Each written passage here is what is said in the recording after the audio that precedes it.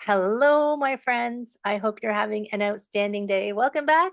Another edition of the Podpalooza version of the podcast, where we are speed dating with some amazing human beings and sharing how you can uplevel your life and make it even better than it has been. And today we are talking with Michal, the Spiegelman. Yay, I said it right. You Cheering, did. cheering, cheering.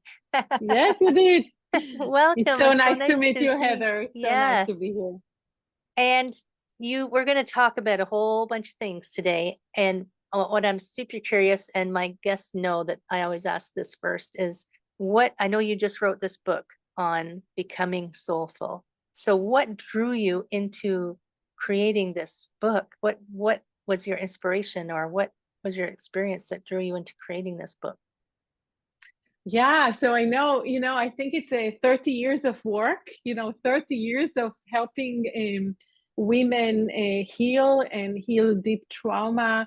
And it was just time to bring to share my method that I developed. It's called the Soulful Healer with the world. And I think that my book, Becoming Soulful, that will be released this summer 2024, is taking the reader through a journey, an inner journey of profound transformation, as we walk through 6 keys that I believe those keys can really help us connect to our soul and then, live a more vibrant life. And when I look about my journey, many times during my life, I'm sure that you know that from your own personal, crisis, health crisis that you had.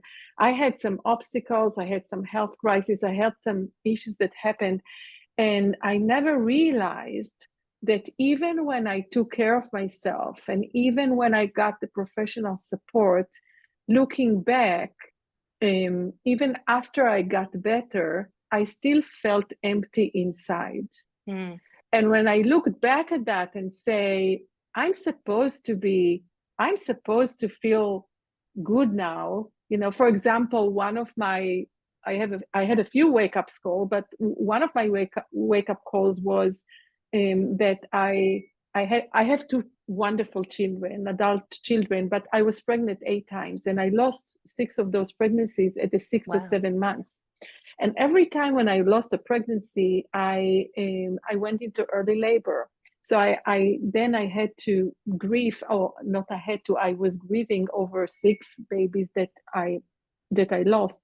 So I got professional help. I worked with a therapist. I got very depressed after, the 6th pregnancy stopped, even though I already had 2 wonderful children. Right. But the talk therapy that I did with my therapist was not enough for me to release the grief that I carried in my body. And now fast forward to my method that I developed starting from my own personal need, but then it became the method that I use with thousands of women that I help them heal. My method is saying talk therapy is not enough, and we need to look at the person in a more holistic way. And my wish is really that professional therapists and mental health counselors, healing professionals will integrate soul work and spiritual work and body work with their professional work, again, because talk therapy is not enough. And it's all about becoming soulful and receiving the guidance that you need from within, whether you are a woman who is trying to not burn out and get less overwhelmed, or you are a professional who is helping this woman. Right. And it's so interesting. It's so true. I see that people do sometimes benefit from talk therapy and it helps them through some things, but I always felt like for me, talk therapy was just reliving and reliving and reliving something instead of figuring out how to transition through it. And I mean, I went the route of hypnotherapy to release some of these things that were stuck in my cycling patterns. But interesting, like we were talking about self-care versus soul care. So I think it would be brilliant if therapists brought in soul care into it. Um, Right. and I see like I can understand there's resistance in that traditional mindset of a soul. We haven't even proven it exists. But I don't know. I think we got some pretty good Mm, evidence. So what do right. you see as that difference between the soul care and the self-care? Right. And I'll say that in a minute. I just want to say Yeah, I'm not bashing talk therapy. I'm doing talk therapy myself, of course, but I'm combining it with the right. body work, with the energy work, with the spiritual work, and with the soul work. So I just want to be That's yeah, clear about that. But yes, good question. What's the difference between self care and soul care? And I'm going to read just a short section from my book when I talk sure. about that. And I say self care refers to the practices and activities we engage in regularly to reduce stress and maintain and enhance our short and long term health and well being. Self care takes us into the core of one's being, embracing activities and practices that resonate with our deepest values, beliefs, and sense of purpose, fostering a profound connection with our authentic self. So, self care keeps us well functioning, while soul care makes our lives deeply meaningful. And Right. a personal example I can share about that is that in the peak of the pandemic, I was supporting so many people through my classes and private practice. So many people and workshops and everything. Just I really stepped up everything and helped. And in the peak of the pandemic, I reached a point when it was all too much for me. I felt burned out. I felt overwhelmed. I really wanted to continue doing that. And it was just like, time out, something is going on with my body. So I took some time off and I did all the self care practices. I rested more, taking a walk in nature, doing whatever I need to do just to take care of myself. First of all, just to have a break. And it felt like it's not enough. And I maintain a daily practice of treating myself with Reiki and meditating for 30 years, and I do it every day. And I was like, what's going on here? Is my daily Reiki practice and meditation not enough? And what Right. happened was that I wasn't aware that my soul was really crushed just from carrying all the grief and all the emotional burden from everybody. So I actually had to really pause and dialogue with my soul and ask my soul, uh, what do you need? What do we need now to really get better? And then once I was intentionally once I became intentional about soul care, really taking care of my soul, then I was back in my power, back in my zone, and I could really continue to help many people. But I really remember the moment when I was like, what's going on? Is self-care not enough? Right. And it's true, like, when your self-care gets tossed around often, they say, go to the spa. It's like, well, that's not enough. But what did you find what was the difference you found? So Reiki and meditation, I see as a form of self and soul care almost, because Mm, it's like you're caring for yes. that deeper version of you. But what else did you find that was lacking in your care that you needed at that Right. time? Yeah, that's a good question. And and I think what's important to understand is that what soul care for me may not be your way of caring for your soul, and what's self care for me maybe can be different than yours. So it's not a question that we can ask and say all people should do this and this and this to care for their soul. It really depends on the circumstances and on what's going on within you. But if I go back to the pandemic, I was sitting, I was consistent with my practices. I knew that I have to sit with my Reiki and with my meditation every morning and every night and to clear my energy. But once I connected with my soul and I asked, what do we need? Right away, the message that came up was movement, movement and music, movement and music. And it was unexpected because I was so busy saving the world. I was so busy helping other people. Like, is this the right time now for music and movement? But I listened to the guidance. And what I started to do is intentional movement combined with music. I actually took an online class because the pandemic, there were so many online classes available for Yeah. Qigong, combined Qigong, and then another. And I created my own routine that I started to do twice a day, in addition to my sitting practice, where I move my body intentionally to music that speaks to my soul, not just any music. And looking back, clearing the pain and the suffering that I was absorbing, Right. the way my soul wanted me to clear was through movement and music, and not through just sitting. Right. Yeah. And it is true. That's why the podcast is called Back to Me Wellness Your Way, because everybody needs Mm, something different. Everybody I love will it. resonate to something different. We're all a slightly different vibration, right? We may be all the same tune, we're all connected, but we're all different instruments playing together. So that vibration that works Exactly. for one person won't work for the other. Some people need to sit more. Yes, exactly. And it's really different thing for different people. I'll give an example. I train people to become soulful healer. I take people through the journey that I offer in my book. And one of the women that I worked with, it was very unclear, like what's her way back to her, like using your words.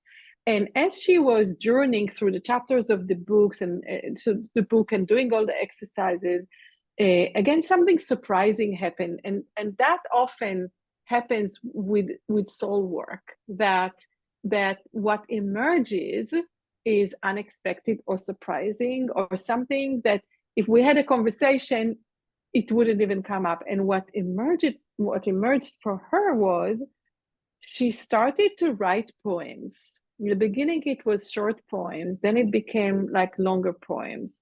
And it really came out of the blue. Like one day, as she was journeying into her soul and following one of the guided visualizations that I share in my book, then she had the urge from within to take a journal and a pen and start writing poems. And then she started to write more and more and more poems. And this is a woman that didn't feel so comfortable talking in front of groups of people, and it's more about intimate conversation, but it became really her way back to herself through the poetry. Through writing poems, she was able to express herself in a way that was very different than any other expression channels. And it's not that it came from her intellect or from a decision she made to write poetry. It was really guidance she received from her soul, and she's still doing that. And That's it was amazing. a life changing for her. Right? That's amazing. Um, and and I understand a little bit, like sometimes that sharing that you want to do isn't out loud, but you need somehow to capture. So I can see poetry doing that so well. And you were talking earlier about six pillars. What are you talking about? What are your six pillars? So 6 keys. Yes, six keys Keys, for profound. keys. Yes, keys. Yeah, yeah. It doesn't matter, but 6 keys for profound transformation. And I don't think we'll have time to go over the six, but I'll just mention some of them. The key of empowerment, the key of spirituality, the key of authenticity, the key of vitality, the key of insight. So, for example, in my key of insight, I present the idea that tapping into inner wisdom and tapping into the collective wisdom, that's the best way to receive guidance, to receive insight from within, because most of us rely on the intellect to receive insight. Right. So in the key of insight, in the insight key in my book, I take you through a journey of connecting with inner and collective wisdom through different ways. Or the key of vitality talks about how we leak energy. We have leaks in our energy field. We have leaks in our energy. Where we leak energy, we give away our energy, we give away our power. And many women, as well as professionals, they don't have the vitality they need to stay energetically fit. And Right. when we talk about burnout, for example, if we don't address the leaks, and if we don't have a way to take care of our vitality, then of course we will lose energy and will burn out. So that's just an example. And one of the keys is the key of spirituality, because I believe that in addition to empowerment, like connecting to our true power, to our personal power, we want to connect also to something bigger than us. Right. Yeah. And spirituality doesn't have to be in a religious way, a Yeah. non-religious spirituality, but we get burned out because one of the reasons is because we put so much pressure on ourselves. We try so much, we work so hard.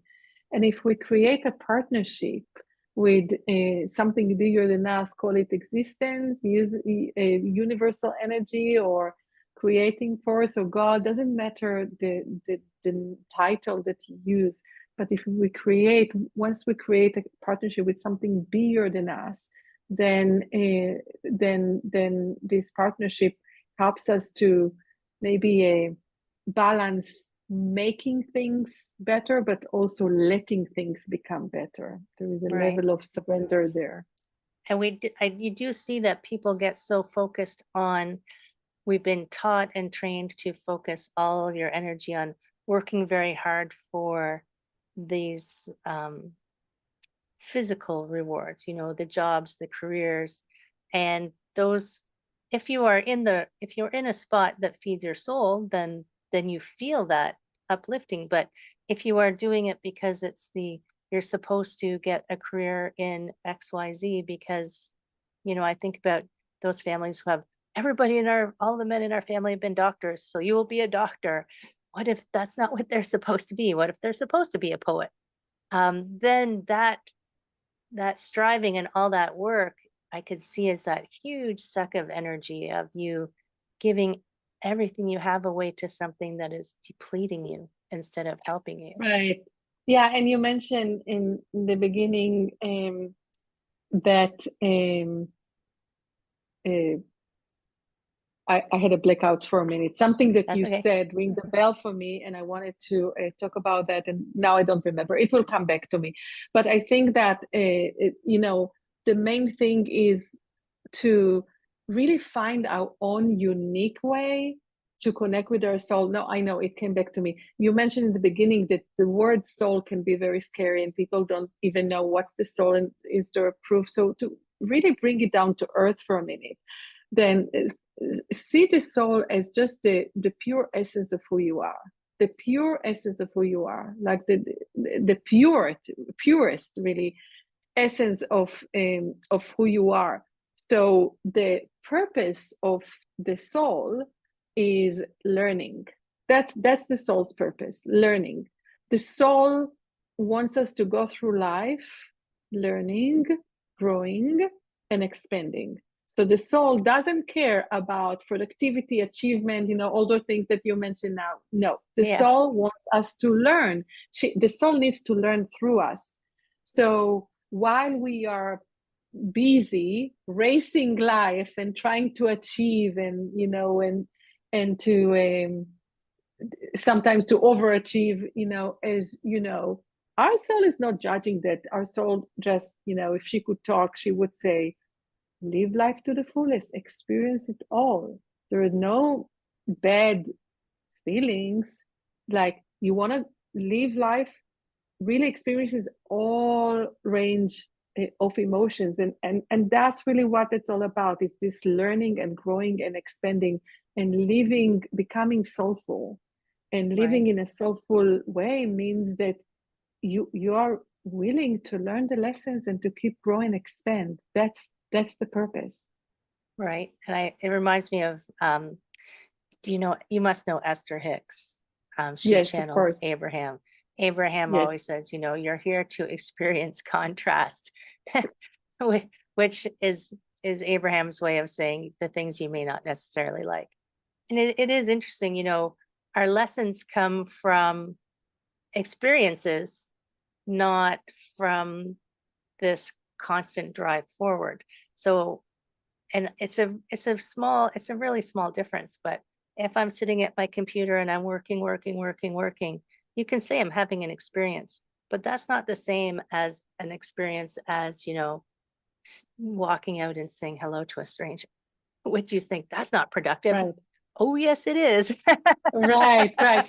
But and also, I'm curious to ask you your experience, with women that are burned out. Don't you think that one of the maybe natural automatic tendencies that women have when they're burned out or they're overwhelmed is to try and push away the feelings and get better, and right, and just like Yeah. uh, Well, in a way, think about like go ahead. the all of the messages that we have been fed over our lives that women are, these superwoman has to have the family and the career and look after the husband and then come home and make the dinner. And you can hear the dialogue that would play in someone's head that I don't have time for this. People depend on me. I'm a failure as a woman, human, mother, Mhm. wife, etc. if I can't do all of this. And then the forgetting that if you deplete yourself to the point where you can't take care of any of it, I'm not going to put the word failure on you because I don't think failure is a thing, but it is a lesson that if you don't put and women are the worst, they'll put themselves below the pets, like on the hierarchy scale, right? No, cats come first. No, they don't. You have to come Yes. first. And it's Yeah. not selfish to put yourself first so that you can have that energy and be in that space of vitality and engagement and be able to see from a calm place to manage. Oh, this person needs help. I can help them. And also by taking care of yourself, I think that empowers your children to recognize that you are valuable and that they are valuable because that teaches them to take care of themselves, right? Yeah, Stop exactly. that Yeah, constant right. training. And I think even women that are, strong women and driven and independent, we all have this natural tendency to avoid connecting with pain, Mhm. with the less comfortable feeling. So with burnout and overwhelm, we would like to like fix it, push it away, like Well, change it, if and you can't show weakness, right? We've come to exactly, this world, exactly, we've come to this exactly. world where we claim, feminist rights and we are Mhm. equals, so you can't show weakness. In fact, you Right. have to be better than the men because if you're Yes. not, And is it really weakness? Is if you feel completely burned out and um, um, burned out, overwhelmed, the first step really is for you to make space for those feelings and to really sit with them and be with them. I remember when I had this crisis during the pandemic, that one of the first messages that I got is like, sit with it, be sad, like allow. Now, I was very conscious, like not to allow the pain or the suffering to take over, but we are pushing it away, and we really have to make space for the feelings, the overwhelm, the burnout, whatever it is, to be with it, to give it compassion, it's like a not to pressure pushing cooker, it right? away. Exactly. It's the pressure cooker. If you keep shoving more pressure in, it's going to explode. You got to like let the steamer open and just let it out, Exactly. Yes. And right? that's the duality that you mentioned before, right? The duality of we want to make sure that we make space for the emotions that maybe we'll label them as negative. They're not negative, this anger, this Yeah. sadness, the grief, the anger, and at the same time also allow ourselves, give us a permission to experience the joy and the happiness and the hope. And it's Yes. really the duality of allowing opposite emotions and experiences coexist, because that's our soul's purpose, really. So we Right. experience life to the fullest with those, Amazing. yeah, And yeah, so extreme how does emotions. everyone find you when they want to Yeah, come in so on their soul journey? yes, so thank you for asking. So my book, yeah, which is my soul on paper, actually. My book is going to be released on August 6th, 2024. So if you're listening to this after August 6th, 2024, find me on Amazon. My book is Becoming Soulful, 6 Keys for Profound Transformation, Michal Spiegelman. And if you listen to this before August 6th, 2024, then my website is beaconsofchange.com, beacons with S of change.com. And then you can do /book and then get all the juicy resources about my book. And maybe you can join the virtual launch party. So beaconsofchange.com, Michal Awesome. Spiegelman, Becoming Soulful. And we'll put all of that in the show notes as well, so people can go and grab it if they're driving. And do you have a final word of wisdom before we say goodbye to the audience? Your soul has the potential to be your perfect guide. Connect with your soul. Oh, so good.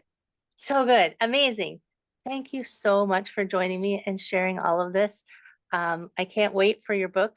That'll be amazing. And friends in podcast land, connect, order, share, find your soul. Take care of yourselves, my friends. And we will see you next time. Take care. Thank you.